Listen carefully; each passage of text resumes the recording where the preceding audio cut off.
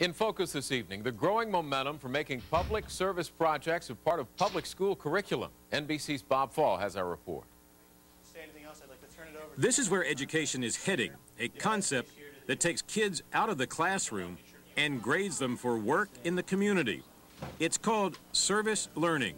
Many teachers are calling it a new motivational tool. A federal government study out this week found that nationwide, 1/3 of all public schools are now doing it, and it cites service learning for bringing about a positive relationship between student, teacher, and the community. Philadelphia is looked on as the leader. It began service learning 5 years ago. Now, 30,000 kids are involved. By the year 2002, 70,000. In another few years, all of its 215,000 students will be. We're going to do mapping of the community. The classes are not boring, the instruction creative, like Glenn Campbell's environmental project in West Philadelphia. Middle school students studying neighborhood flood problems, also designing an elaborate garden filled with fruits and vegetables for the community. Pride is one of the things kids get out of this. Our students are moving on and doing things they never even thought of. This school has a unique partnership with the University of Pennsylvania, students and college instructors actually giving guidance and support.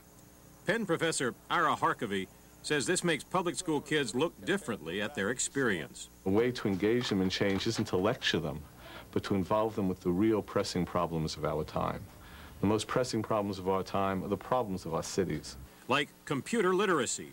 Out of this old warehouse, students refurbish hundreds of beat-up computers and turn them over to community groups, then show them how to use them. I say to the kids, I say, all of us here are teachers and learners. And other students also learn and teach citizenship, surveying public opinion and trying to register voters for the upcoming mayor's race. We know more about the candidates in the mayoral election than our mothers do. Philadelphia's school superintendent says everybody benefits. What you see in service learning is the walls falling away and the classroom becomes the wider community. The biggest problem so far, convincing skeptical teachers to give this new approach a try. Habit is the hardest thing to overcome, and the habits within schools are very difficult to change.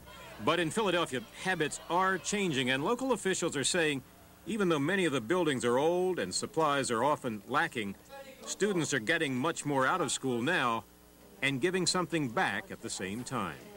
Bob Fall.